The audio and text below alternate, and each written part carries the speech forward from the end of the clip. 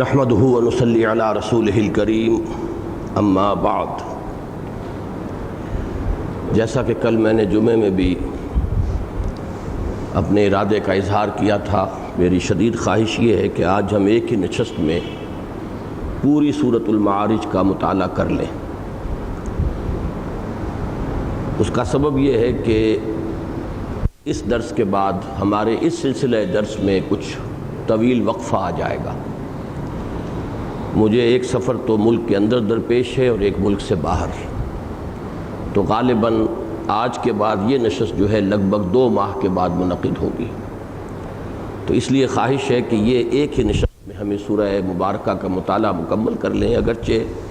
بات مشکل نظر آتی ہے لیکن مشکل ہمارے اعتبار سے ہے، وَمَا ذَلِكَ عَلَى اللَّهِ بِعَزِيزٍ، منظور ہو تو کوئی شے مشکل نہیں ہے۔ بہرحال کم سے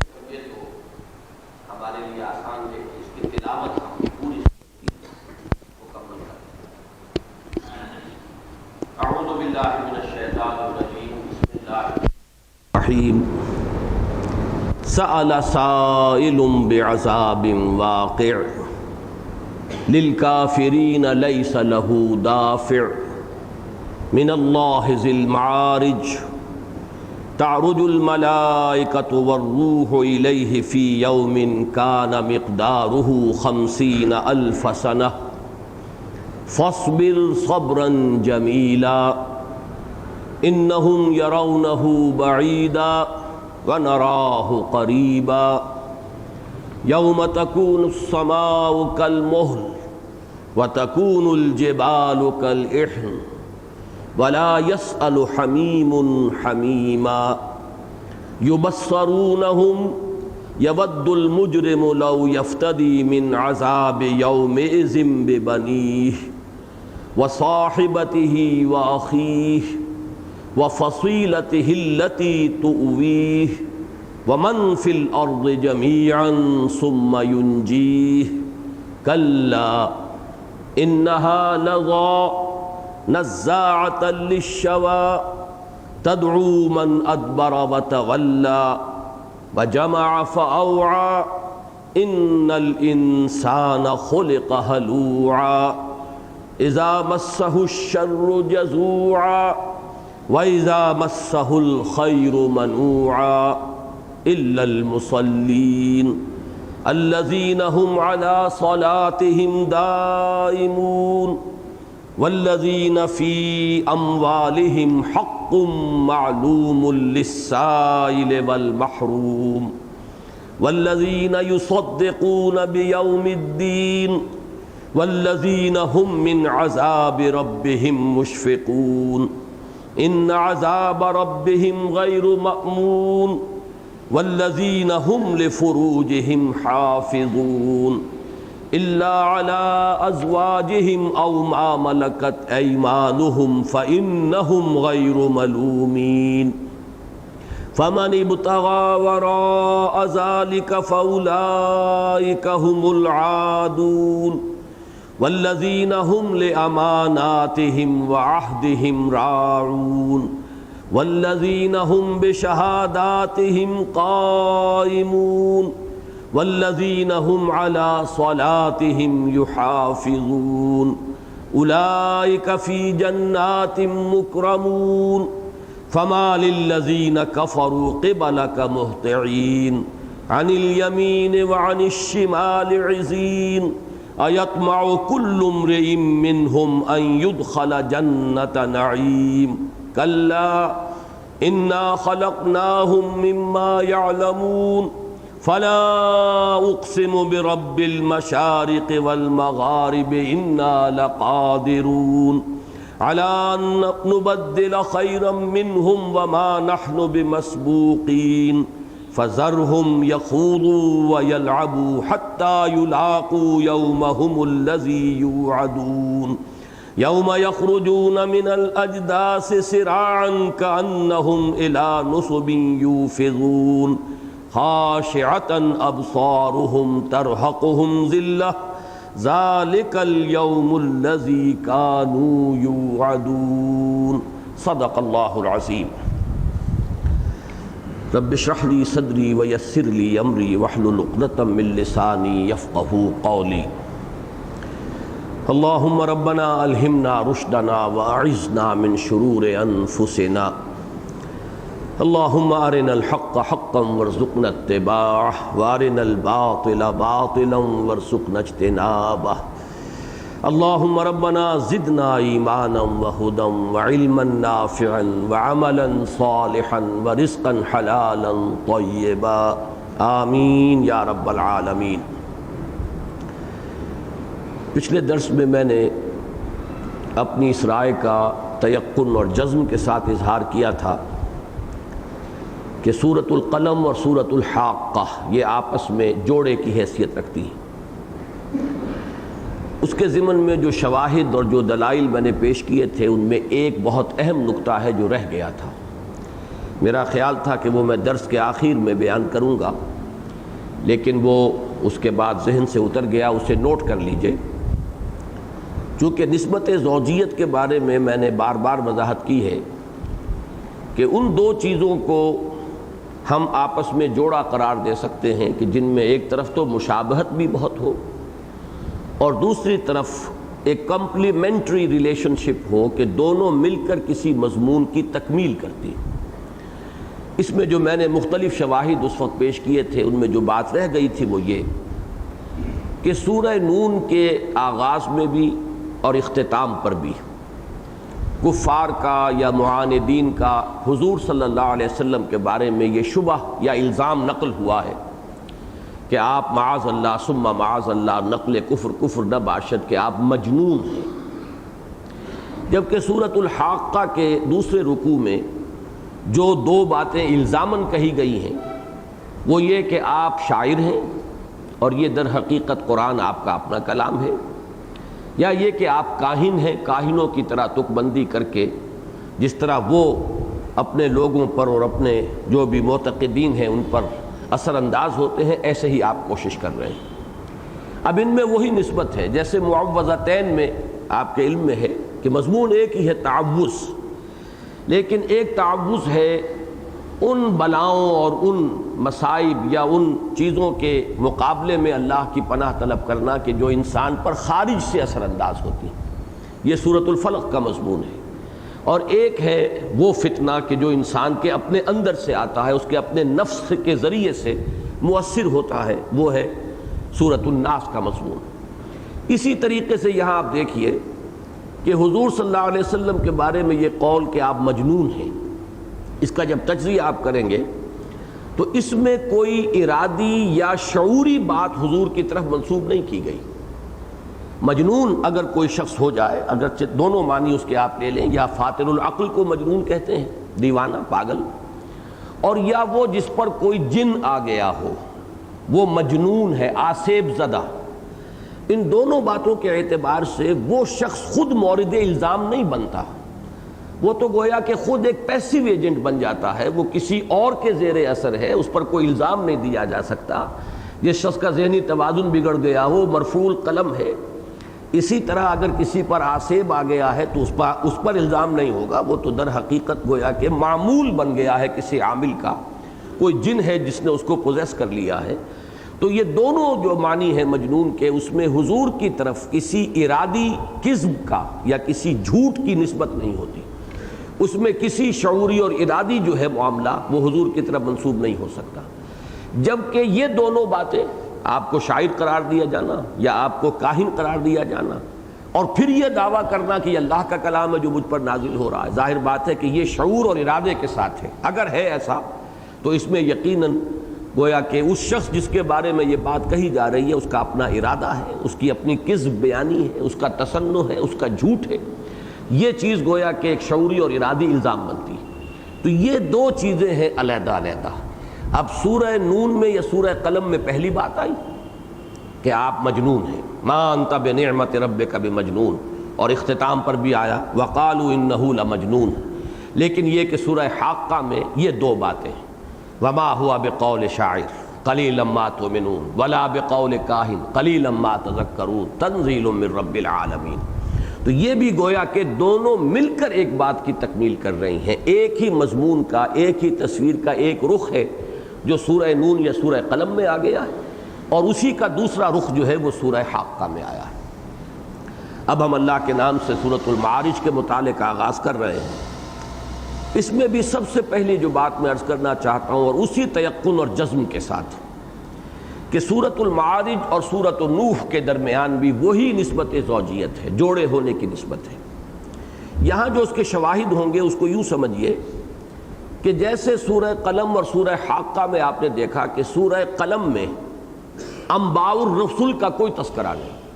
قوموں کی ہلاکت، قوموں پر عذاب کے آنے کا معاملہ، کوئی تذکرہ نہیں، جبکہ سورۃ الحاقہ میں آغاز ہی میں پوری 6 جو اقوام ہیں جن پر کہ قرآن مجید میں بار بار ذکر ہوا ہے کہ عذاب استیصال آیا، ہلاکت کا عذاب، کأن لم یغنوا فیہا، ایسے کر دیے گئے جیسے تھے ہی نہیں، نام و نشان مٹا دیا گیا، ان کو بے خبن سے اکھاڑ کر پھینک دیا گیا۔ ان 6 اقوام کا ذکر ہے بڑے ہی اختصار کے ساتھ، یہ میں تفصیل سے بیان کر چکا ہوں، اور یہ بھی مکی صورتوں میں اس نسبت زوجیت کا ایک اہم مظہر ہے۔ چنانچہ جو حضرات ابتدا سے میرے درس میں شرکت کر رہے ہیں ان کے علم میں ہے کہ مکیات کا جو سب سے پہلا جوڑا آتا ہے مصحف میں، اس لیے کہ پہلی سورت سورۃ الفاتحہ مکی سورت ہے، لیکن وہ تو منفرد ہے، وہ پورے قرآن مجید کا جوڑا اس کو قرار دیا جا سکتا ہے، ام القرآن ہے، لیکن یہ کہ جو پہلا جوڑا آتا ہے وہ سورۃ الانعام اور سورۃ الاعراف پر مشتمل ہے، اور ان دونوں میں نسبت یہی ہے کہ سورۃ الانعام پہ کہیں کوئی ذکر کسی قوم کی ہلاکت کا، کسی رسول کا، حضرت نوح، حضرت ہود، حضرت صالح، حضرت لوط، حضرت شعیب، حضرت موسیٰ کا نہیں، جبکہ سورہ اعراف میں ہم دیکھتے ہیں کہ ان سب کا ذکر ایک ایک رکوع مکمل جو ہے شروع ہوتا ہے، اور حضرت موسیٰ علیہ السلام کا ذکر تو بہت مفصل ہے۔ سورۃ الانعام میں ذکر ہے حضرت ابراہیم کا، اور حضرت ابراہیم کی قوم پر کسی عذاب کے آنے کا قرآن مجید میں بہرحال بطرز جلی تو کہیں کوئی تذکرہ موجود نہیں، نہ سورہ انعام میں ہے کہ اس قوم پر ہلاکت کا کوئی عذاب آیا ہے کہ جس قوم نے حضرت ابراہیم کو آگ تک میں ڈال دیا، اس حد تک بھی جسارت کی انتہا ہے، لیکن یہ ہے کہ قرآن مجید میں کہیں حضرت ابراہیم کا تذکرہ ان انباء الرسل کے ضمن میں نہیں آیا۔ بالکل وہی نسبت آپ اس میں دیکھیں گے کہ یہاں بھی آپ سورۃ المعارج میں کسی رسول کا ذکر، کسی قوم کی ہلاکت کا ذکر، جسے میں انباء الرسل سورہ ہود میں یہ اصطلاح آئی ہے اس کے حوالے سے بار بار یہ لفظ لاتا ہوں، رسولوں کی بہت اہم خبریں کہ رسول آئے، قوموں نے تکذیب کر دی، قومیں ہلاک کر دی گئیں، 3 جملے سمجھیے،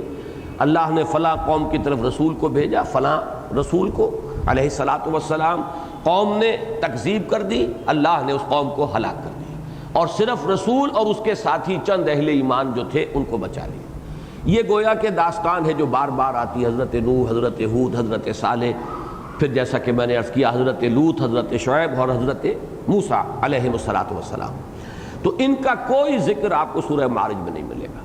البتہ پوری سورہ نوح گویا کہ ایک نبأ رسول کے اوپر مشتمل ہے، حضرت نوح علیہ السلام، اور اس اعتبار سے انباء الرسل میں سے یہ بڑی منفرد مزاج کی صورت ہے کہ اس میں ابتدا سے آخر تک صرف حضرت نوح کا ذکر ہے، نمبر 1، اور نمبر 2 یہ کہ جو سخت ترین بد دعا ہو سکتی ہے جو کوئی رسول اپنی قوم کو دے سکتا ہے اس کا ذکر اس سورہ نوح میں ہے، اس لیے کہ رب لا تذر علی الارض من الکافرین دیارا فإنک ان تذرہم یضلوا عبادک ولا یلدوا الا فاجرا کفارا۔ اب یہ تو یوں سمجھیے کہ سخت ترین، اب دعا کہیں یا بد دعا کہیں، زبان میری بھی رکتی ہے کہ رسول کے بارے میں ہم یہ کہیں کہ انہوں نے بد دعا کی، لیکن بہرحال اب اس سے بڑی بد دعا تو اور کوئی نہیں ہو سکتی کہ اے پروردگار اب زمین پر ان کافروں کا ایک گھر بھی بستا مت چھوڑ، اگر تو نے کسی ایک کو بھی ان میں سے بخش دیا تو ان کی آئندہ نسل سے بھی کسی خیر کی توقع نہیں ہے، ان کی نسلوں میں سے بھی تیرے فاسق اور فاجر اور باغی لوگ ہی اٹھیں گے۔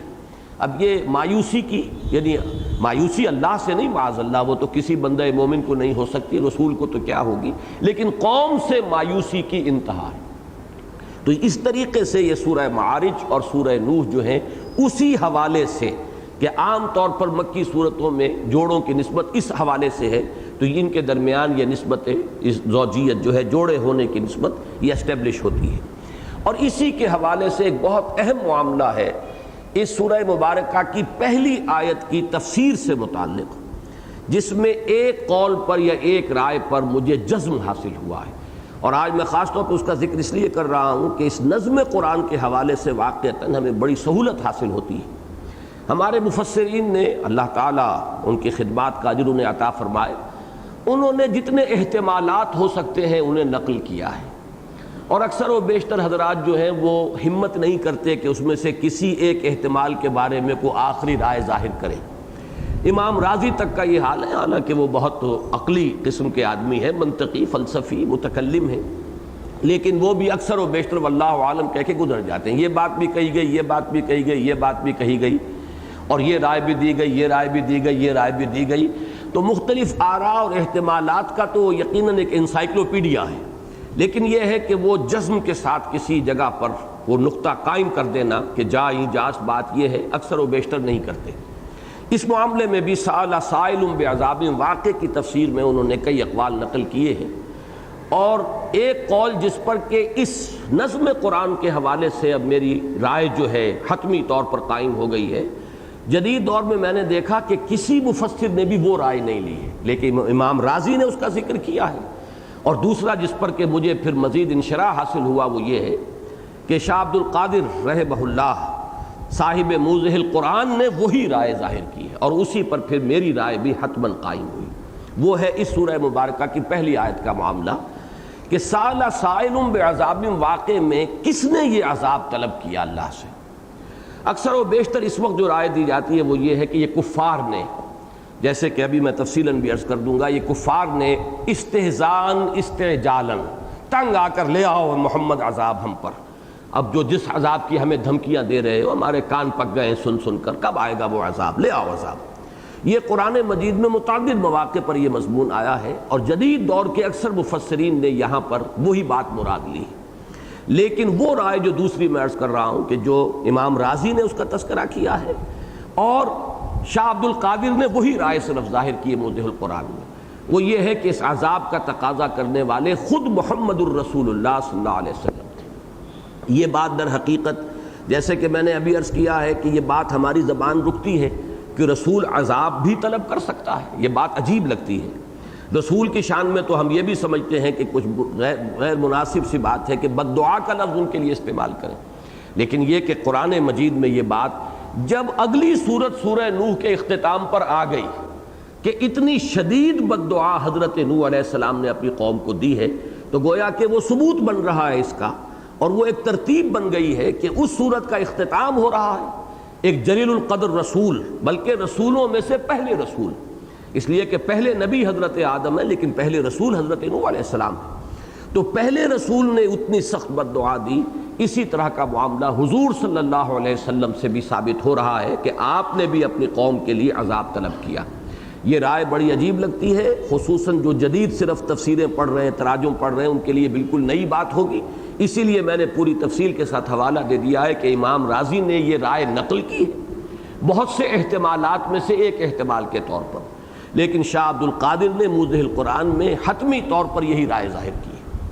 اسی کے حوالے سے ایک بات اور تمہیداً نوٹ کر لیجئے کہ اگرچہ یہ جو گروپ ہے مکی صورتوں کا، من حیث المجموع یہ رائے ہے کہ یہ اکثر و بیشتر یہ صورتیں جو ہیں بالکل ابتدائی دور میں نازل ہوئیں، لیکن اس سورہ مبارکہ کے بارے میں میری رائے جو بنتی ہے وہ یہ ہے کہ یہ مکی دور کے وسطی جو ثلث ہے اس میں، یعنی سن 5-6 کے آس پاس یہ صورت نازل ہوئی، اس لیے کہ اس میں رد و قدح کا انداز ہے۔ یہ رد و قدح ابتدا میں نہیں ہوا ہے،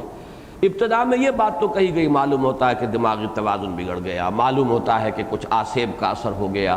یہ بات جو ہے جیسا کہ میں نے کہا اس میں کوئی کذب یا تصنع کا الزام نہیں تھا، نسبت نہیں تھی حضور پر، اور یہ خالص ہمدردی کے انداز میں بھی کچھ لوگوں نے یہ بات کہی، اچھے بھلے آدمی تھے، کیا ہوا ہے انہیں،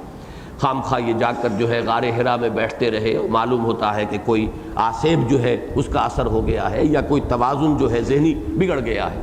ابتدا میں وہ بات تو ٹھیک جو ہے وہ حالات کے ساتھ اس کی مناسبت ہے، لیکن جو انداز یہاں ہے رد و قدح کا، بالخصوص اس سورہ مبارکہ کے دوسرے رکوع میں، وہ تو اس دور سے متعلق ہے جب کہ شدید کشمکش اور کشاکش اور تصادم کی کیفیت پیدا ہو گئی، فما للذین کفروا قبلک مہطعین عن الیمین وعن الشمال عزین، کیا ہو گیا ہے ان کافروں کو، آپ پر پلے پڑ رہے ہیں، جھپٹ جھپٹ کر آتے ہیں اور آپ کے اوپر جو ہے حملہ آور ہوتے ہیں۔ تو یہ کیفیت جو ہے جو نقشہ کھینچا گیا ہے اس میں، وہ ابتدائی دور کا نہیں ہے۔ اس اعتبار سے بھی، اور جب یہ تفسیر میرے سامنے ہے کہ سأل سائل بعذاب واقع، تو ظاہر بات ہے کہ اگر اس کی نسبت حضور کی طرف ہے تو یہ بھی ابتدائی دور میں تو نہیں ہو سکتی، یہ اسی وقت ہو سکتی ہے جبکہ پرسیکیوشن شدید ترین ہو گئی تھی، صحابہ کرام کو ستایا جا رہا تھا، مارا جا رہا تھا، اور ظاہر بات ہے کہ اس حالت میں رسول کے دل میں اس جذبے کا پیدا ہو جانا کہ پروردگار اب وہ تیری سزا کب آئے گی، کب تک تو ان کافروں کو مہلت دے گا، اس کا بالکل قرین قیاس ہے، عقل میں یہ بات آتی ہے کہ اب ان کی جو ہے رسی مزید دراز نہیں کی جانی چاہیے۔ انہوں نے حضرت سمیہ کو شہید کر دیا، انہوں نے حضرت یاسر کو شہید کر دیا، حضرت مصعب بن عمیر کو بالکل مادرزاد برہنہ کر کے نکال دیا، حضرت بلال کو ایسے گھسیٹا ہے جیسے کہ جانوروں کی لاشیں گھسیٹی جاتی ہیں گردن میں رسی ڈال کر، حضرت خباب کو دہکتے ہوئے انگاروں میں لٹا دیا۔ تو جیسے سورہ عنکبوت کے ابتدا میں آتا ہے کہ بعض صحابہ کے اندر وہ کیفیت پیدا ہو گئی تھی کہ حضور کی خدمت میں وہ حاضر ہوئے کہ حضور آپ ہمارے لیے دعا نہیں کرتے، لیکن اب ہمارے لیے یہ حالات ناقابل برداشت ہو رہے ہیں۔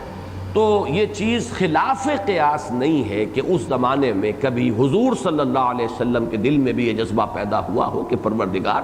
اب انہوں نے تو اپنی سی کر لی، جو کچھ یہ کر سکتے تھے کر گزرے، ان کا خبث باطن وہ تو ظاہر ہو چکا، ان کا کفر، ان کا تمرد، ان کا تکبر، ان کا عناد، یہ سب کچھ جو ہے ظاہر ہو چکا ہے، تو وہ اب عذاب جو ہے آ جانا چاہیے۔ تو اس اعتبار سے میں یہ سمجھتا ہوں کہ یہ سورہ مبارکہ بالکل ابتدائی دور کی نہیں معلوم ہوتی، بلکہ متوسط دور جس میں کہ پرسیکیوشن اور تشدد جو ہے وہ شدید ترین ہو گیا تھا۔ اب آئیے سأل سائل بعذاب واقع، اس میں پہلی بات تو یہ نوٹ کیجئے کہ سألہ کی دو قرأتیں ہیں، سألہ حمزہ کے ساتھ سألہ اور الف کے ساتھ سالہ، سأل سائل بعذاب واقع اور سأل سائل بعذاب واقع۔ عام طور پر جس قرأت سے ہم واقف ہیں وہ حمزہ کے ساتھ ہے، سأل سائل بعذاب واقع، مانگا ایک مانگنے والے نے وہ عذاب کے جو واقع ہو کر رہنا ہے، وہ تو آنا ہے، سزا تو آئے گی، لیکن یہ کہ کسی مانگنے والے نے جلدی کی ہے، جلدی مانگ لیا ہے۔ یہ بات بڑی اچھی بعض حضرات نے لکھی ہے کہ یہ بات جو ہے اس کے اندر استعجال کا مفہوم موجود ہے، یستعجلونک بالعذاب،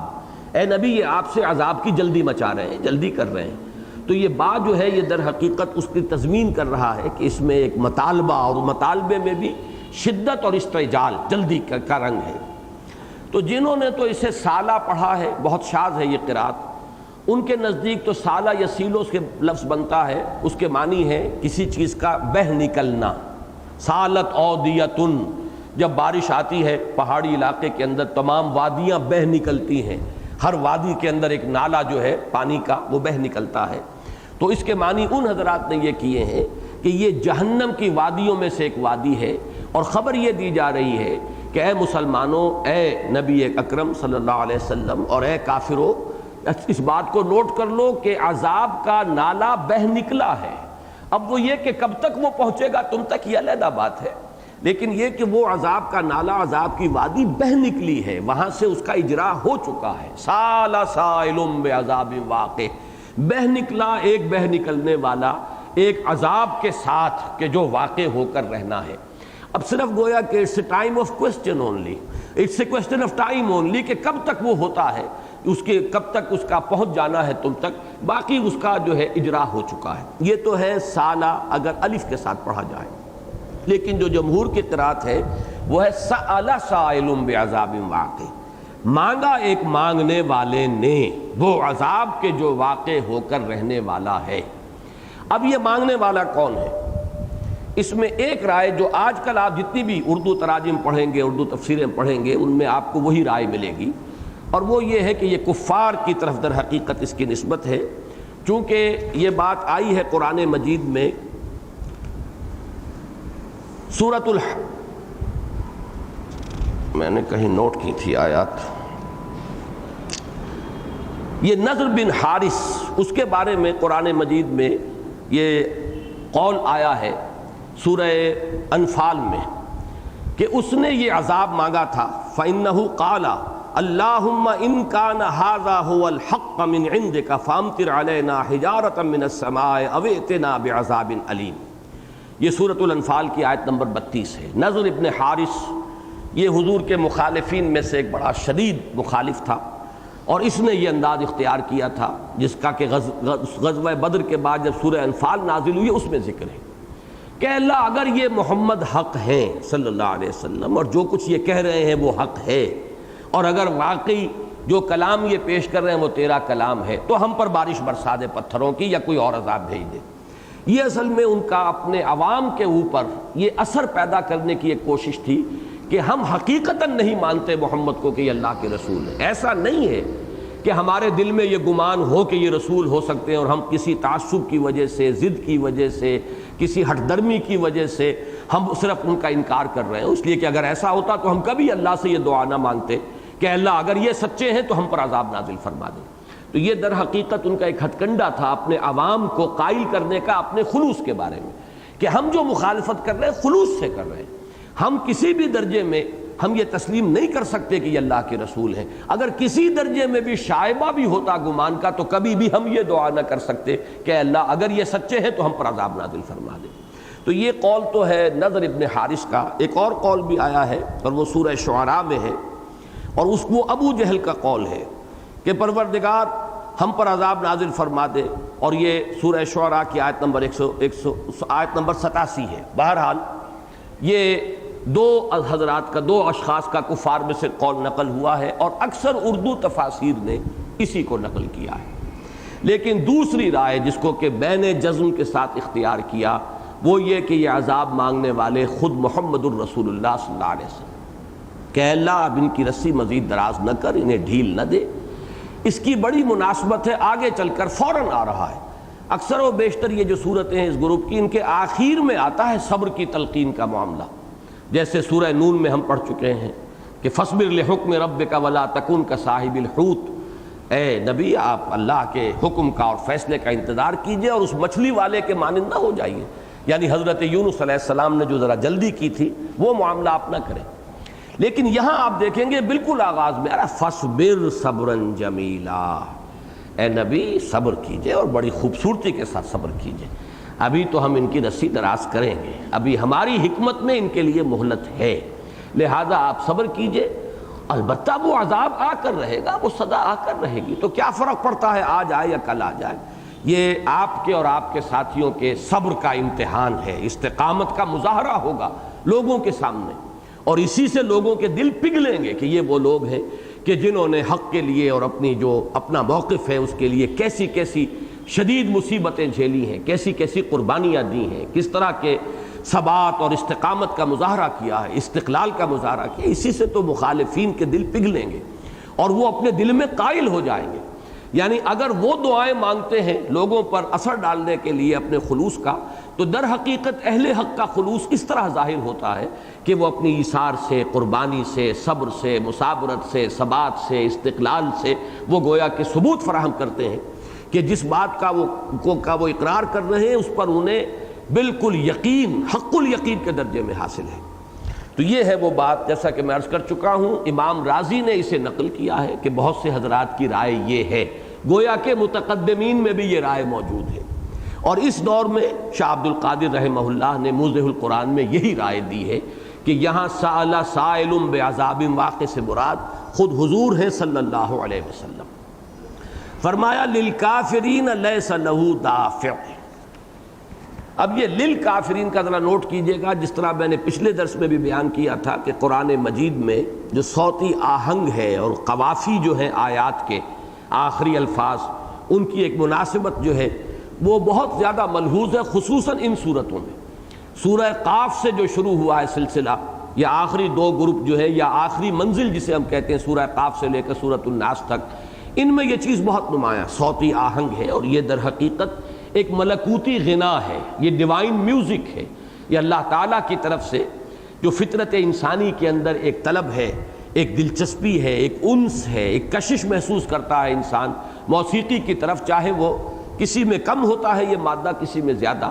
تو جو شے بھی اللہ نے انسان میں پیدا کی ہے ایک طلب کے اعتبار سے، اس کے لیے کوئی نہ کوئی اللہ نے اس کی تسکین کا جائز سامان بھی فراہم کیا ہے۔ تو در حقیقت جو جائز سامان ہے اس موسیقی کی حص کا، وہ اللہ کی کتابوں کے اندر وہ ڈیوائن جو میوزک موجود ہے، وہ ملکوتی غنا۔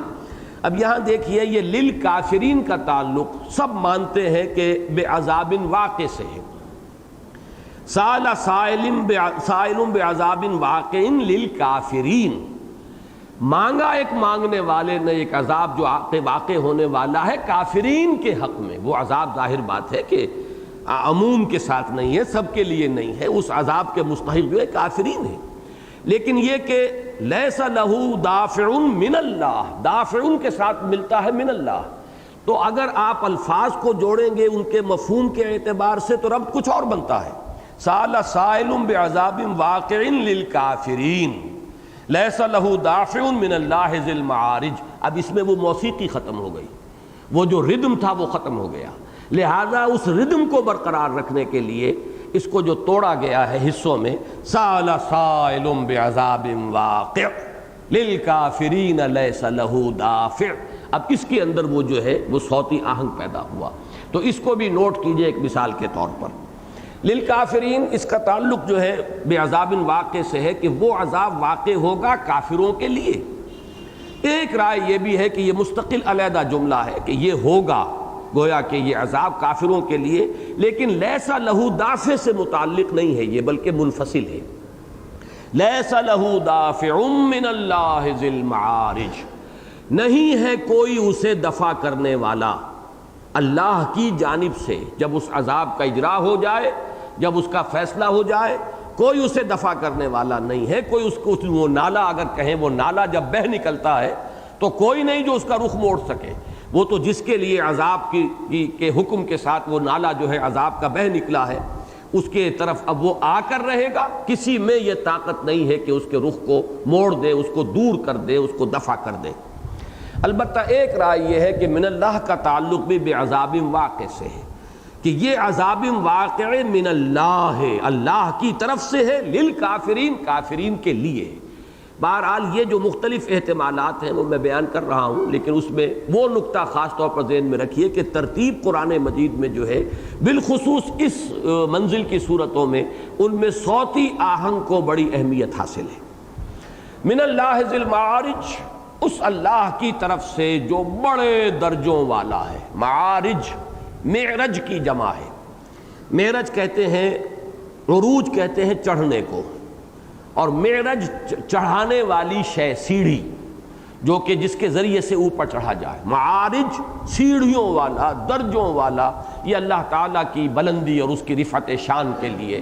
اس کے درجات ہیں۔ اب درجات کے بارے میں بہت سی رائے دی گئی ہیں کہ درجات جنت بھی اس سے مراد ہو سکتے ہیں۔ اللہ تعالیٰ نے جنتیوں کے لیے مختلف درجے رکھے ہیں، اور یہاں تک بھی حضور صلی اللہ علیہ وسلم کا ایک قول نقل ہوا ہے کہ ان درجوں کے اندر اتنا فصل ہے، اتنا فرق ہے، اتنا بعد ہے کہ ایک نچلی جنت والا شخص اوپر والے جنت کے لوگوں کو ایسے دیکھے گا جیسے تم زمین پر بیٹھ کے اور ستاروں کو دیکھتے ہو۔ اس قدر فرق و تفاوت ہوگا اہل جنت کے درجات کے اندر۔ تو اللہ تعالیٰ بہت درجوں والا، بہت بلندیوں والا، بہت رفعتوں والا، من اللہ ذی المعارج۔ میرے نزدیک یہاں پر جنت کے درجے مراد نہیں ہیں، بلکہ یہ کہ اللہ تعالیٰ کی رفعت شان کے لیے یہ الفاظ آئے۔ تعرج الملائکۃ والروح الیہ فی یوم کان مقدارہ 50,000 سنہ، چڑھتے ہیں فرشتے اور روح اس کی طرف، یا چڑھیں گے فرشتے اور روح اس کی جانب۔ جیسا کہ آپ کو معلوم ہے عربی میں فعل مضارع میں حال بھی ہے، مستقبل بھی ہے، تو دونوں ترجمے میں نے کر دیے، اور دونوں احتمالات ہیں وہ بعد میں عرض کروں گا۔ چڑھتے ہیں یا چڑھیں گے فرشتے اور روح اس کی جانب ایک دن میں کہ جس کی مقدار ہے 50,000 برس۔ یہ آیت مبارکہ جو ہے یہ مشکلات القرآن میں سے ہے، اور میں نے کافی غور کیا ہے، اور یہ چند دن جو ہے یہی آیت میرے ذہن کے اوپر چھائی رہی ہے، میں غور و فکر کرتا رہا ہوں۔ آج پھر میں نے مزید اس کے بارے میں تو ایک رائے میری بنی ہے، وہ میں آپ کے سامنے، لیکن میں اسے اس جزم کے ساتھ نہیں پیش کر رہا، وہ اغلباً والی بات ہوگی اس لیے کہ قرآن مجید کے بہت سے ایسے مقامات ہیں کہ جہاں بالآخر انسان کو گھٹنے ٹیک کر واللہ عالم کہنا پڑتا ہے، اللہ کو بہتر معلوم ہے، اور اس میں ظاہر بات ہے کہ وہ سارے احتمالات جو ہیں ان کو سامنے رکھا جا سکتا ہے۔ البتہ اس میں جو تفسیر سے متعلق ایک چیز ہے، پہلے اس کو سمجھ لیجئے کہ روح سے مراد کیا ہے۔ ملائکہ کا مفہوم بالکل واضح ہے، یہ قرآن مجید کی ایک ایسی عام اصطلاح ہے کہ جس کے بارے میں کوئی اشتباہ نہیں ہو سکتا، فرشتے۔ اب روح سے مراد کیا ہے، اس کے بارے میں متعدد اقوال ہیں۔ ایک قول کہ جو اکثر متکلمین کا اور اکثر مفسرین کا ہے وہ تو یہ ہے کہ الروح سے مراد ہے حضرت جبرائیل۔ روح القدس بھی کہا گیا انہیں قرآن مجید میں، ایدناہ بروح القدس، اور الروح الامین، نزل بہ الروح الامین علی قلبک، اس قرآن کو نازل ہوا ہے لے کر روح الامین، یا اتارا ہے روح الامین نے، یعنی حضرت جبرائیل نے علیہ الصلاۃ والسلام۔ ایک رائے یہ ہے کہ اس سے مراد ہے ارواح انسانی، اور روح یہاں پر گویا کہ جمع کے لیے آ رہا ہے، تمام انسانوں کی ارواح۔ ایک تیسری رائے اور بھی ہے، اور یہ زیادہ تر ہمارے ہاں جو متصوفین ہیں انہوں نے اپنے کشف کی بنیاد پر یہ رائے دی ہے، اور شاہ ولی اللہ دہلوی رحمۃ اللہ علیہ نے بھی، مجھے یاد پڑتا ہے کہ حجت اللہ البالغہ میں یہی رائے دی ہے، اور بعض روایات بھی ملتی ہیں اس کے حق میں کہ یہ روح جو ہے، الروح، یہ ایک خاص نورانی ایک ہستی ہے کہ جو گویا کہ ایک طرح کا جیسے کہ سٹور ہاؤس ہوتا ہے، یا بجلی گھر ہے جہاں سے کہ بجلی کے مختلف لائنیں جو ہیں وہ جاری ہیں،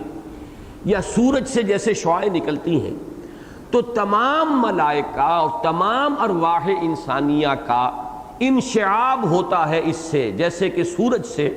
جیسے کہ شعاعیں نکلتی ہیں، تو تمام انسانی ارواح اور ملائکہ کا بھی انہی سے ایک طرح کا ظہور ہے، یا بروز ہے، یا خروج ہے، جیسے کہ کرنیں نکل رہی ہوں سورج سے۔ ایک یہ رائے ہے کہ جو دی گئی ہے، اور یہ رائے چونکہ جو ہمارے متصوفین ہیں کچھ انہوں نے اپنے کشف کی بنیاد پر، بعض روایات ایسی ہیں کہ ان میں اس کا تذکرہ موجود ہے کہ یہ کوئی ایسی روحانی ایک وجود رکھنے والی کوئی ہستی ہے کہ جس کی سینکڑوں زبانیں ہیں، اور جس کے سینکڑوں بولیاں وہ بولنے والی ہے، یعنی تمام نوع انسانی کے اندر جتنی بولیاں بولی جاتی ہیں، یہ جو شے ہے یا یہ جو ہستی ہے، وجود ہے، یہ گویا کہ ان تمام بولیوں کی بولنے والی ہستی ہے، اس لیے کہ تمام انسانوں کی ارواح کا اگر اسی سے ہو رہا ہے ظہور اور انشعاب کہیں گے، جیسے کہ سورج سے جو کرنیں پھوٹتی ہیں، تو ایک رائے یہ ہے۔ یہ میں صرف ایک علمی اور معلوماتی انداز میں آپ کے سامنے رکھ رہا ہوں، اس لیے کہ ہمارے ہاں بعض متقدمین اور بالخصوص کہ جو کشف پر زیادہ ایک دار و مدار رکھنے والے ہیں اپنے علم کا، ان کے ہاں یہ چیز موجود ہے۔ البتہ یہ کہ حضرت جبرائیل اور ارواح انسانیہ، ان میں سے یہاں کیا چیز مراد ہے، اس میں نوٹ کیجئے کہ سورۃ القدر میں بھی یہ لفظ آیا ہے اسی طرح سے، تنزل الملائکۃ والروح فیہا بإذن ربہم من کل امر سلام ہی حتی مطلع الفجر۔ وہاں ظاہر بات ہے کہ روح سے مراد انسانی ارواح نہیں ہو سکتی، انسان تو یہاں ہے۔ لیلۃ القدر میں جو نزول ہوتا ہے تو وہ ظاہر بات ہے فرشتوں کا ہے، اور حضرت جبرائیل علیہ السلام، اور حدیث سے صحیح ہے، بہت مستند، بہت قوی، کہ 70,000 فرشتوں کے جلوہ میں حضرت جبرائیل نازل ہوتے ہیں وہ لیلۃ القدر میں۔ تو اس آیت مبارکہ میں تو بالکل معین ہو گیا کہ یہاں الروح سے مراد جو ہے حضرت جبرائیل ہے، اور اس کو پھر ہمارے مفسرین کہتے ہیں کہ یہ عطف الخاص علی العام ہے، کیونکہ وہ بھی ایک فرشتہ ہے، تو فرشتوں پر جب عطف کیا گیا تو ایک خاص یعنی مقام رکھنے والا، خاص مرتبت رکھنے والی یا فرشتہ جو ہے اس کا علیحدہ سے ذکر کیا۔ تنزل الملائکۃ والروح فیہا بإذن ربہم من کل امر سلام۔ لیکن ایک دوسری آیت جو ہے سورہ نبا کی، اس کے آخر میں جو آئی ہے، وہاں پورا احتمال موجود ہے کہ الروح سے مراد تمام انسانوں کی ارواح ہو، اس لیے کہ وہاں میدان حشر کا نقشہ کھینچا گیا ہے، یوم یقوم الروح والملائکۃ صفا لا یتکلمون الا من اذن له الرحمن وقال صوابا۔ جس دن کے کھڑے ہوں گے تمام فرشتے اور تمام ارواح انسانیہ حاضر ہوں گی اس وقت اللہ تعالیٰ کے دربار میں، اور ان میں سے کسی کو چوں کرنے کا دم نہیں ہوگا، کسی کو بات کرنے کی جرت نہیں ہوگی سوائے اس کے کہ جسے اللہ تعالیٰ کی طرف سے اجازت مرحمت ہو جائے، اور وہ بھی صحیح بات کہے گا، کوئی غلط بات نہیں کہہ سکے گا۔ یہاں پر ظاہر بات ہے کہ گمان غالب محسوس ہوتا ہے کہ ملائکہ کے ساتھ یہاں ارواح انسانیہ کا ذکر ہے کہ جو وہاں پر کھڑے ہوں گے اپنے اس آخری محاسبے کے لیے۔ بہرحال اسی پر گمان کرتے ہوئے میرے نزدیک اس آیت مبارکہ میں بھی الروح سے مراد جو ہے وہ ارواح انسانیہ ہے۔ پھر میں عرض کروں گا واللہ اعلم۔ البتہ یہ کہ تعرج الملائکۃ والروح الیہ فی یوم کان مقدارہ 50,000 سنہ، اس میں اس یوم سے کیا مراد ہے؟ دیکھیے قرآن مجید میں 2 اور آیات ہیں کہ جن میں اللہ تعالیٰ نے ایک دن کا ذکر کیا ہے کہ وہ دن تمہارے حساب سے 10,000 سال کے برابر ہے، اللہ کا ایک دن۔ یہ دونوں آیات جو ہیں یہ نوٹ کر لیجئے، سورۃ الحج میں فرمایا آیت نمبر 47، یستعجلونک بالعذاب، اے نبی یہ لوگ آپ سے عذاب کی جلدی مچا رہے ہیں کہ عذاب جلدی لے آؤ۔ اس اعتبار سے اگر سأل سائل بعذاب واقع میں وہ نضر ابن حارث یا ابو جہل کو مراد لیا جائے تو اس آیت کے بہت قریب آ جاتا ہے مضمون۔ یستعجلونک بالعذاب ولن یخلف اللہ وعدہ، اور اللہ تعالیٰ اپنے وعدے کے خلاف کرنے والا نہیں ہے، عذاب تو آ کر رہے گا۔ وَإِنَّ يَوْمًا عِندَ رَبِّكَ كَأَلْفِ سَنَةٍ مِّمَّا تَعُدُّونَ، لیکن اے نبی آپ کے رب کے ہاں ایک دن تمہارے حساب سے 10,000 سال کے برابر، 1,000 سال کے برابر ہے۔ اب یہ ہے در حقیقت وہ بات کہ اللہ تعالیٰ یہاں جو تاثر دے رہے ہیں کہ تمہارے پیمانے چھوٹے ہیں، تم گھبرا جاتے ہو، تم سالوں دنوں کے حساب سے ناپتے ہو، عذاب نہیں آیا، اتنے سال ہو گئے، 4 سال ہو گئے، 5 سال ہو گئے، 6 سال ہو گئے، سختیاں جھیلتے ہوئے۔ اللہ کا پیمانہ بہت بڑا ہے، اللہ کا دن جو ہے وہ 1,000 سال کا ایک دن ہوتا ہے، وہ اپنے پیمانوں سے ناپتا ہے، تم اپنے پیمانوں سے ناپتے ہو، لہذا تمہیں یہ ذہن میں رکھنا چاہیے کہ اللہ کی تقویم بہت بڑی ہے۔ یہی مضمون سورہ سجدہ میں آیا ہے، یدبر الامر من السماء الى الارض ثم یعرج الیہ فی یوم کان مقدارہ 1000 سنۃ مما تعدون۔ اللہ تعالیٰ تدبیر فرماتا ہے اپنے امر کی آسمان سے زمین کی طرف، اور پھر وہ اللہ تعالیٰ کے امر کی تدبیر اور اس کی تنفیذ ہونے کے بعد پھر لوٹتا ہے وہ امر اللہ کی طرف، یعنی اس کام کے متعلق رپورٹس اور اس کے بارے میں فرشتوں کی طرف سے جو چیزیں جو ہیں تنفیذ امر کے بارے میں پھر لوٹتی ہیں۔ فرمایا وہ اس دن میں لوٹتی ہیں کہ جس کی مقدار تمہارے حساب سے جو تم گنتے ہو تو وہ 1000 برس کی ہوتی ہے۔ یعنی اللہ تعالیٰ کا اس دنیا میں جو نظام چل رہا ہے اس میں جو اس کی سکیمز بنتی ہیں، جو اس کی پلاننگ ہے، وہ کوئی ایک دن کی نہیں ہوتی، وہ 10,000 برس کا معاملہ ہے، اور وہ اللہ کے ہاں ایک دن کے مانند ہے۔ اس کی ایک سکیم بنتی ہے، تدریجاً جو ہے اس کی تنفیذ ہوتی ہے، اور اس کے پھر اثرات جو ہیں وہ ظاہر ہوتے ہیں، پھر اللہ تعالیٰ کا کوئی دوسرا امر آتا ہے۔ میں آج سوچ رہا تھا کہ ہمارے ہاں یہ الف ثانی کی اصطلاح جو چلی ہے وہ چلی تھی الف اول کے مقابلے میں، کہ اکبر نے اپنے دین الہی کو پیش کیا تھا اس خیال کے ساتھ کہ یہ دین محمد جو تھا صلی اللہ علیہ وسلم یہ صرف 1000 سال کے لیے تھا۔ اب وہ 1000 سال پورے ہو گئے، لہذا وہ شریعت محمدی کا دور ختم ہو گیا، دین محمدی کا دور ختم ہو گیا، اب ایک نیا دین چاہیے، دوسرا 1000 سال آ گیا۔ گویا کہ یہ پیریڈ بھی میں سمجھتا ہوں کہ اس کو کان میں اگر کسی نے یہ بات پھونکی ہے یا اس کے دل میں خود یہ خیال آیا ہے تو شاید اس آیت مبارکہ سے بھی اس نے اپنے اس غلط استدلال کے لیے کوئی اساس یا بنیاد تلاش کی ہو کہ اللہ تعالیٰ کے معاملات 1000 سال کے جو ہے وہ طے ہوتے ہیں۔ یدبر الامر من السماء الى الارض ثم یعرج الیہ فی یوم کان مقدارہ 1000 سنۃ مما تعدون۔ تو اب اس نے کہا کہ وہ الف اول ختم ہوا، 1000 برس کے لیے ایک امر تھا وہ پورا ہو گیا، اس کی تدبیر جو ہونی تھی ہو چکی، اب ایک نیا امر جو ہے وہ درکار ہے۔ اسی کے حوالے سے پھر ہمارے ہاں اصل میں جو ہمارے علماء ہیں انہوں نے الف ثانی کی اصطلاح استعمال کی، حضرت مجدد الف ثانی کے حوالے سے کہ مجدد الف ثانی شیخ احمد سرہندی، کہ اگر ہے بھی معاملہ تو یہ دوسرے 1000 سال میں تجدید ہوگی اسی دین کی جو محمد الرسول اللہ صلی اللہ علیہ وسلم لے کر آئے تھے،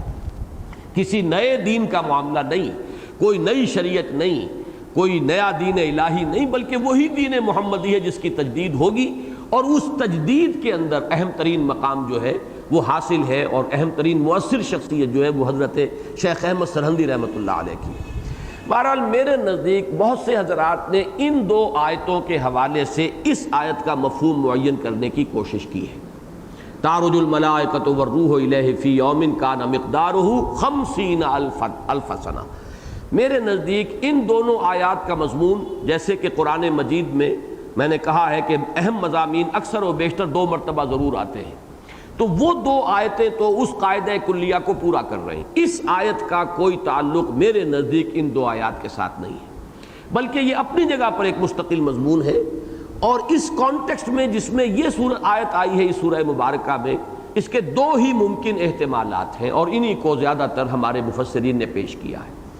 ایک یہ کہ اس میں در حقیقت استعارتاً اللہ تعالیٰ کی رفعت شان ہی کا ذکر ہے. من اللہ ذی المعارج تعرج الملائکۃ والروح الیہ فی یوم کان مقدارہ 50,000 سنہ، کہ اس کی شان اتنی بلند ہے، اتنی بلند ہے، اتنی اعلیٰ اور عرفہ ہے کہ فرشتے اور روحیں اس کا تقرب حاصل کرنے کے لیے بھی اگر تمہارے حساب سے اس مسافت کا اگر ہم اس کا کوئی اندازہ تمہیں دینا چاہیں تو ایک تمثیل کے پیرائے میں تمہاری وہ مسافت 50,000 برس میں جو طے ہو سکتی ہے، اتنا وہ بعد اور فصل ہے. اللہ تعالیٰ کی بارگاہ اتنی بلند ہے، اتنی اعلیٰ ہے، اتنی عرفہ ہے. اس کو ہم کہیں گے صرف ایک تشبیہ ہے، استعارہ ہے، تمثیل ہے، صرف اللہ تعالیٰ کی رفعت شان کے لیے. یہ تعویل اور توجیہ جڑ جاتی ہے ما سبق کے ساتھ، من اللہ ذی المعارج. اور ذی المعارج کا کیا تصور تم قائم کر سکتے ہو؟ اس کی بارگاہ کی بلندی کا کیا تصور تم قائم کر سکتے ہو؟ تمہارے تو فہم سے ماورا ہے، وراء الورا ہے، ثم وراء الورا ہے. البتہ یہ کہ ایک ہلکا سا تصور قائم کر لو کہ فرشتوں اور ارواح کو بھی اس کا تقرب حاصل کرنے کے لیے جو مسافت طے کرنی پڑتی ہے، اس مسافت کا تم اپنے حساب سے اگر کوئی تصور قائم کرنا چاہو تو وہ ہوگی جو تم 50,000 برس میں طے کر سکو. یہ گویا کہ اللہ کی رفعت شان کے لیے ایک تمثیلی پیرائے میں استعارہ ہے. دوسرا مفہوم اس کا یہ لیا گیا ہے کہ اس سے مراد ہے یوم قیامت، اور میرے نزدیک یہ اغلب ہے، اس لیے کہ اس سے اس کا بعد میں تعلق جڑتا ہے فاصبر صبرا جمیلا انہم یرونہ بعیدا ونراہ قریبا. وہ جو قیامت کا دن ہے انہیں دور نظر آ رہا ہے، ہمارے سامنے موجود ہے، ہم قریب سے دیکھ رہے ہیں. تو اے نبی آپ جلدی نہ کیجئے، آپ صبر کیجئے، اور صبر بھی بڑی خوبصورتی کے ساتھ، بڑے وقار کے ساتھ، بڑی ایک طمانینت کے ساتھ، بڑے سکون کے ساتھ، بڑے استقلال کے ساتھ. اور گویا کہ یہ حکم صرف حضور کو نہیں ہے بلکہ آپ کے وساطت سے یہ حکم تمام اہل ایمان کو دیا جا رہا ہے کہ ایک صبر تو ہوتا ہے کہ جو صبر جبراً مجبوراً بھی کرنا پڑتا ہے. قہر درویش بر جانے درویش، آپ کو بدلہ لینے پر قادر نہیں ہے تو آپ نے معاف کر دیا. یہ معافی کہ جو اس بنا پر دی جا رہی ہے کہ آپ قادر ہی نہیں بدلہ لینے پر، یہ کوئی معافی نہیں ہے. ہاں جب آپ قادر ہو انتقام پر اور بدلہ لینے پر پھر معاف کر دیں تو یہ ہے معافی، یہ عفو ہے. اس سے جو آپ کو ترفع حاصل ہوگا اور جو روحانی بلندی حاصل ہوگی وہ اپنی جگہ پر ہے. لیکن اگر ہے ہی نہیں تو قہر درویش بر جانے درویش. تو صبر ایک ہے جبر کا صبر. جیسے حضور کا ایک واقعہ بڑا پیارا آتا ہے کہ کسی خاتون کا بچہ فوت ہو گیا، وہ جزا فضا کر رہی تھی، بہت نالا و شیون. حضور پاس سے گزرے، حضور نے فرمایا اصبری، صبر کرو. انہوں نے کہا کیا صبر کریں، یہ مصیبت آپ پر ٹوٹتی تو آپ کو پتہ چلتا. تو حضور صلی اللہ علیہ وسلم نے پھر کچھ دنوں کے بعد ملاقات ہوئی. اب ظاہر بات ہے سکون ہر ایک کو آ ہی جاتا ہے. تو حضور نے فرمایا تھا کہ صبر وہ ہوتا ہے جو صدمے کے وقت کیا جائے، جو پہلا وقت ہوتا ہے اس وقت اگر صبر کیا گیا ہو تو وہ صبر ہے. بعد میں تو سبھی کو صبر آ جاتا ہے، وقت گزرتا ہے تو وقت جو ہے time is the best healer. پھر تو آدمی سب جو ہے وہ صبر کر ہی لیتے ہیں، جھیل ہی جاتے ہیں. برسر ابن آدم ہر چہ آیت میں گزرت، انسان کے سر پر جو مصیبت بھی آتی ہے بالآخر گزر جاتی ہے، جھیلنی پڑتی ہے. لیکن صبر اسے کہتے ہیں وہ خوبصورتی والا صبر، وقار کے ساتھ، اطمینان کے ساتھ، دیکھنے والے کو بھی معلوم ہو کہ یہ تو کوہ ہمالیہ کے مانند ہے. ان کے لیے یہ بدلتی ہوئی جو کیفیات ہیں وہ ان پر کوئی اثر انداز نہیں ہو رہی ہے. مصائب ہو، مشکلات ہو، اگر اللہ کی طرف سے کوئی نعمتیں آسانیاں ہیں تو شکر کر رہے ہیں. اللہ کی طرف سے اگر وہ امتحان اور ابتلا دوسری صورت میں آگے آئے، تکلیف یا کسی محبوب شے کے چھوٹ جانے سے، علیحدہ ہو جانے سے، دور چلے جانے سے، کسی موقع کے ہاتھ سے نکل جانے سے، تو یہ کہ اس میں صبر ہے، اور وہ صبر جو ہے خوبصورتی والا صبر. یہی آپ دیکھیں گے کہ آگے آئے گا وَاہْجُرْهُمْ هَجْرًا جَمِيلًا، اے نبی ان سے لا تعلق اختیار کیجئے لیکن خوبصورتی کے ساتھ. ایک ہوتا ہے قطع تعلق کرنا لاٹھی مار کر، لٹھ مار کر، ایک ہے کہ بڑی خوبصورتی کے ساتھ کہ ٹھیک ہے آپ کی سمجھ میں میری بات نہیں آ رہی ہے. وہ جو ایک شعر ہے کہ دل اور دے ان کو جو نہ دے مجھ کو زباں اور، یا رب وہ نہ سمجھے ہیں نہ سمجھیں گے میری بات. اگر نہیں میری بات سمجھ میں آ رہی ہے ٹھیک ہے، پھر دیکھیں گے، پھر غور کریں گے. آپ سوچئے، میں پھر کبھی ملاقات کروں گا، پھر حاضر ہو جاؤں گا. آپ سوچئے اپنی جگہ پر. ایک یہ ہوتی ہے علیحدگی، قالوا سلاما، اور ایک یہ ہے کہ بہت ہی غیظ و غضب میں اور بہت ہی طیش میں آ کر اور گالم گلوچ کر کے آدمی جو ہے وہ اپنا قطع تعلق کر رہا ہو. تو وہ جو ہے وہ فرمایا وَاہْجُرْهُمْ هَجْرًا جَمِيلًا، یہاں فرمایا فَاصْبِرْ صَبْرًا جَمِيلًا. تو میرے نزدیک فَاصْبِرْ صَبْرًا جَمِيلًا إِنَّهُمْ يَرَوْنَهُ بَعِيدًا وَنَرَاهُ قَرِيبًا. در حقیقت ان کے اعتبار سے وہ فی یوم کان مقدارہ 50,000 سنہ، اس سے مراد ہے یوم قیامت. اور یہ چیز جو ہے ہمارے اکثر متقدمین نے اس کو نقل کیا ہے کہ یہ دن بہت لمبا ہوگا. بلکہ اب میرا ذہن منتقل ہوا ہے کہ سورہ مزمل میں بھی آیا ہے یوم یجعل الولدان شیبا، وہ دن کے جو بچوں کو بوڑھا کر دے گا. یعنی وہ دن جو ہے اس کی طوالت یا اس کے شدائد، اس کا ہول جو ہے اتنا ہولناک ہوگا کہ بچے بوڑھے ہو جائیں گے، یا وہ اتنا طویل ہوگا کہ بچے بوڑھے ہو جائیں گے. تو طوالت کے لیے مختلف تاثرات یا تصورات جو ہیں وہ مختلف الفاظ میں دیے گئے ہیں. تو یہاں بھی جو فرمایا گیا ہے کہ وہ 50,000 سنہ کی مقدار ہے. البتہ ایک حدیث ہے، اگرچہ اس کی سند بہت زیادہ قوی نہیں ہے،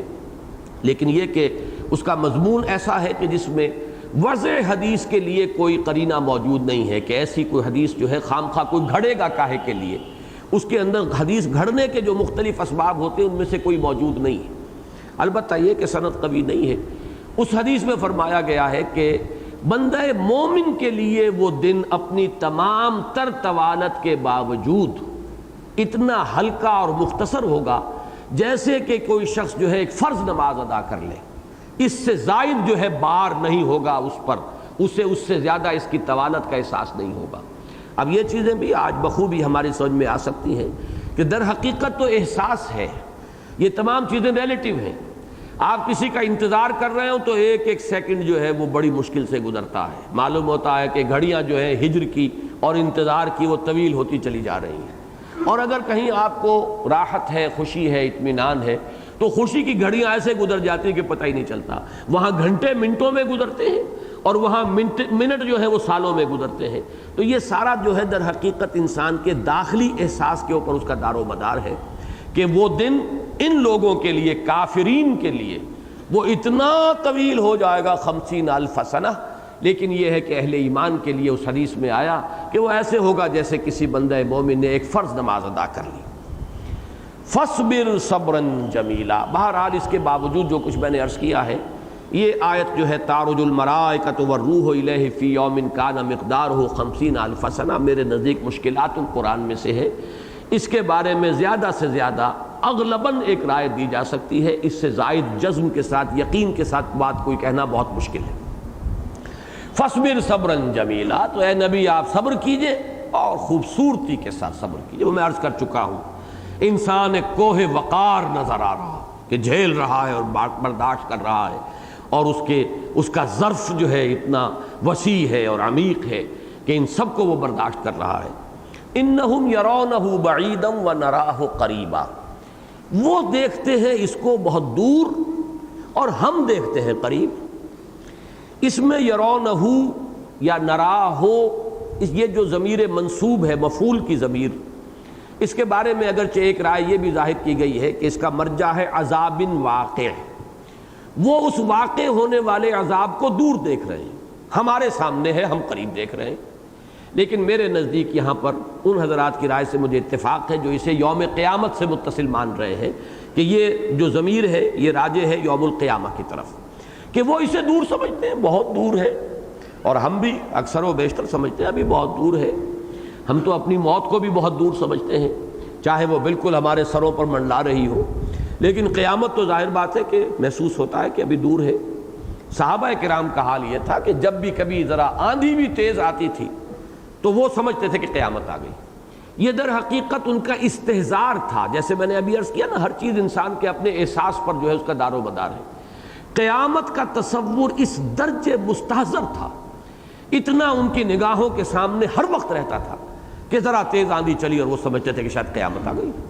تو یہ جو کیفیت ہے یہ ان کے اپنے ایک داخلی احساس اور استحضار کا مظہر تھی. یہ بات انہم یرونہ بعیدا ونراہ قریبا، وہ دیکھتے ہیں اس کو دور، ہم دیکھ رہے ہیں اس کو بالکل قریب. اس کے حوالے سے اصل میں جو فلسفہ اضافیت ہے، ریلیٹیوٹی، آئنسٹائن نے جس کو ایک بہت بڑے اور اہم فلسفے کی حیثیت سے مدون کیا ہے، جس سے کہ فزکس کی دنیا میں تو انقلاب آ گیا ہے. واقعہ یہ ہے کہ وہ ایک ایرا تھا جو ختم ہوا جسے نیوٹونین ایرا کہا جاتا ہے، اور یہ آئنسٹائن کا ایک بالکل نیا ایرا ہے فزکس کی دنیا میں کہ جو شروع ہوا ہے. یہ کہ ہر شے اعتباری ہے، ہر شے اضافی ہے، کوئی ایبسولیوٹ ویلیو جو ہے کم سے کم ہمارے تصور میں نہیں آ سکتی. یہ اللہ تعالیٰ کی شان ہے، اس کی ایگزسٹنس بھی ایبسولیوٹ ہے، وجود مطلق، اس کا علم مطلق. لیکن ہمارا تصور تو بڑا محدود ہے. ہمارے ذہنوں میں تو ایک ریلیٹیو کانسیپٹس آتے ہیں کسی چیز کے حوالے سے. گرم ہے، سرد ہے، اس سرد میں سے ذرا یعنی زیادہ گرم میں سے آپ ہاتھ ڈالیے کم گرم میں تو آپ کو ٹھنڈا معلوم ہوگا. اسی میں اگر ٹھنڈے پانی میں سے ہاتھ نکال کر اس میں ڈالیں گے وہ گرم معلوم ہوگا. ایک ہی پانی ہے جس کو فرض کیجئے ایک شخص نے تو گرم پانی میں ہاتھ ڈالا تھا پہلے اور پھر اس میں ڈالا ہے، اور ایک وہ جس کا ہاتھ پہلے ٹھنڈے پانی میں تھا اب اس میں آیا، وہ کہے گا یہ گرم ہے، وہ یہ کہے گا ٹھنڈا ہے. تو گویا کہ ایک ہی شے کے بارے میں دو رائے آ رہی ہیں، اعتباری ہے. اس کا مجھے ایک، جیسا کہ میں نے کئی مرتبہ اپنا تجربہ عرض کیا ہے، یہ مشاہدات ہوتے ہیں کہ جن سے بہت سی چیزیں انسان پر کھلتی ہیں اور وہ پھر یاد رہتی ہیں وہ باتیں. پہلا جب میں نے ہوائی سفر کیا ہے لاہور سے کراچی کا، نائٹ کوچ، اور 90 روپے کل کرایہ ہوتا تھا اس نائٹ کوچ کا. فوکر فرینڈشپ جو چھوٹا جہاز ہے وہ جاتا تھا تقریباً 3-3.5 گھنٹے میں پہنچتا تھا کراچی. اور اس کی آپ کو معلوم ہے کہ اس کی جو پرواز ہے وہ نیچی ہوتی ہے. رات کے وقت میں حساب کرتا جا رہا تھا، اس لیے کہ کچھ نہ کچھ جغرافیہ اور اس کا مجھے اندازہ ہے کہ اب اتنا وقت گزر گیا ہے، اب یہ ساہیوال کی روشنیاں نظر آ رہی ہیں، یہ اوکاڑے کی نظر آ رہی ہیں. ایک دم میں چونک گیا جب مجھے اندازہ یہ ہوا تھا کہ اب بھاولپور کے آس پاس، لودھرا، بھاولپور اور سما سٹا کے تینوں شہروں کی روشنیاں بیک وقت نظر آ رہی تھی. میرا ذہن منتقل ہوا، اس سے پہلے تو ٹرین سے سفر کرتے تھے، اب ٹرین تو چلتی ہے اپنے آرام سے ٹھمک ٹھمک کرتی ہوئی. تو اب جب آپ پہنچتے ہیں لودھرا تو آپ کو معلوم ہوتا کہ ابھی بھاولپور آدھے گھنٹے بعد آئے گا، ابھی بھاولپور اتنی دور ہے. پھر آپ بھاولپور پہنچتے ہیں تو آپ کو معلوم ہے لودھرا اتنا پیچھے رہ گیا، اور آگے سما سٹا اتنی دیر میں آئے گا، ابھی اور آدھے گھنٹے کے بعد آئے گا.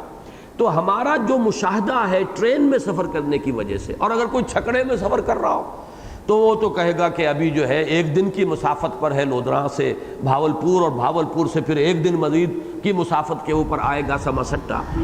وہ ہمارے تصورات تھے کہ جو اس حوالے سے بنے ہوئے تھے میرے ذہن میں. تو میں چونکا کہ یہ تو بیک وقت میں دیکھ رہا ہوں،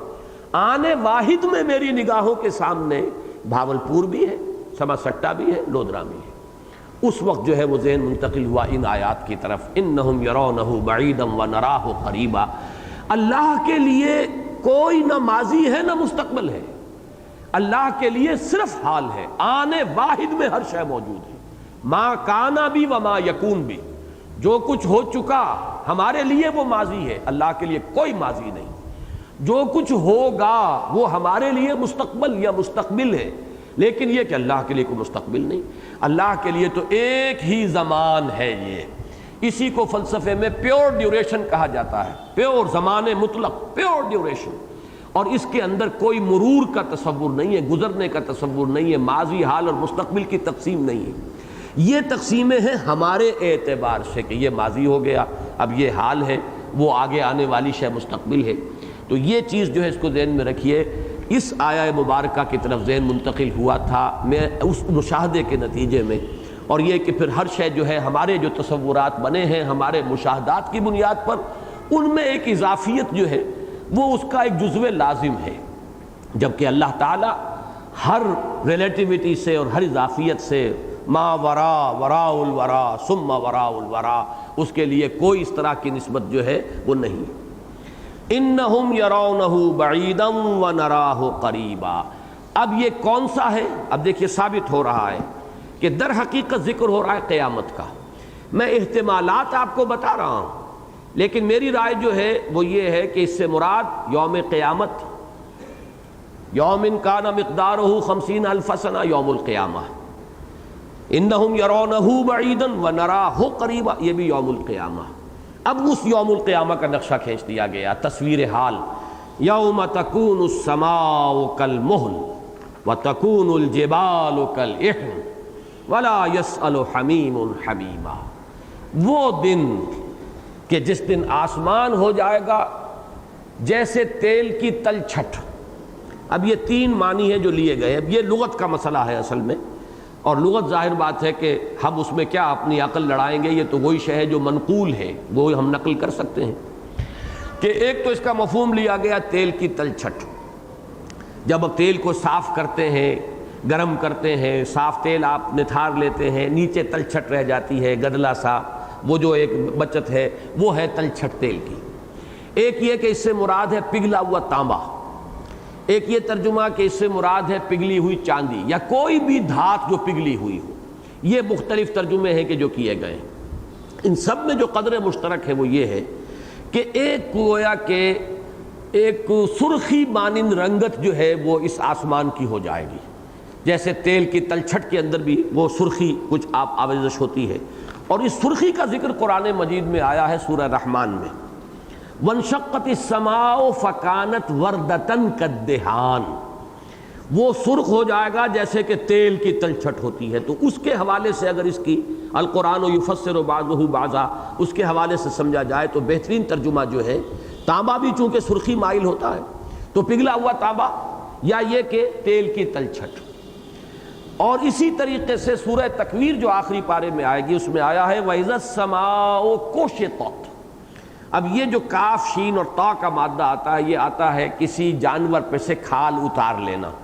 کھال کے اتارنے کے بعد اب وہ گوشت جو ہے اس کے اندر آپ کو نظر آتا ہے، وہ سرخی جو ہے وہ جھلکتی ہوئی ہوتی ہے گوشت کی۔ تو یہ دونوں چیزیں جو ہیں اس کے اعتبار سے آسمان کی کوئی خاص کیفیت ہے جس کو اس لفظ سے تعبیر کیا گیا ہے۔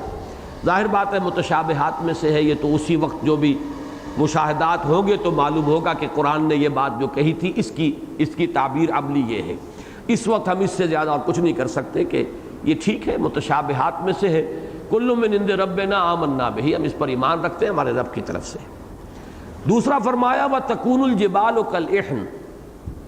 یہ جو الفاظ ہیں یہ سورۃ القارعہ میں بھی آئے ہیں، القارعۃ مالقارعہ وما ادراک ما القارعہ یوم یکون الناس کالفراش المبثوث وتکون الجبال کالعہن المنفوش۔ وہاں پر اہن کے ساتھ لفظ اضافہ کیا گیا منفوش۔ اہن کہتے ہیں روئی کو، اون کو، اور رنگا رنگ اون جو ہے رنگی ہوئی وہ اہن ہے۔ منفوش کے اضافے کے ساتھ اس کے اندر مزید تاکید کی گئی ہے سورہ قارعہ میں۔ یہ کیوں کہا گیا ہے کہ یہ پہاڑ جو ہے یہ رنگی ہوئی اون کے مانند ہو جائیں گے، اور وہ بھی دھنکی ہوئی اون؟ اس کا سبب یہ ہے کہ جیسا کہ قرآن مجید میں سورہ فاطر میں فرمایا گیا آیت نمبر 27، اور جو حضرات بھی کاغان جاتے ہوں یا اور مختلف پہاڑی علاقوں میں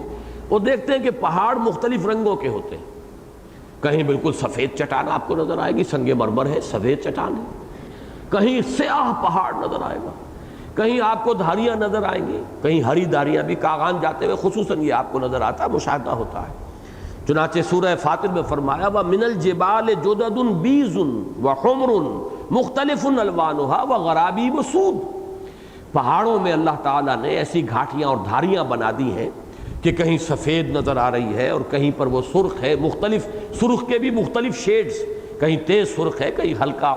کہیں عنابی ہے اور کہیں گلابی ہے، اور کہیں کالے بھجنگ پہاڑ جو ہے وہ نظر آتے ہیں۔ اب ظاہر بات ہے کہ جب یہ دھنکی ہوئی اون کے مانند ہوں گے تو وہ رنگا رنگ اون نظر آئے گی۔ جب یہ ریت کے تودے بنیں گے اور جب کہ یہ ہوا میں ریت اڑ رہی ہوگی تو اس کا جو نقشہ ہوگا وہ وہی ہوگا کہ جیسے اون دھنکی جا رہی ہو اور مختلف رنگوں کی اون ہو تو جو اس کا سسپینشن ہو جائے گا فضا کے اندر، اسی طریقے سے یہ پہاڑ جب ہے حبام منصورہ ہو جائیں گے تو ان کی کیفیت وہی ہوگی وَتَكُونُ الْجِبَالُ كَالْعِهْنِ۔ اصل شے جو ہے یہ تو ہے نا، قرآن مجید میں قیامت کی نقشہ کشی اور تصویر حالت جو ہے مختلف الفاظ میں کی گئی ہے،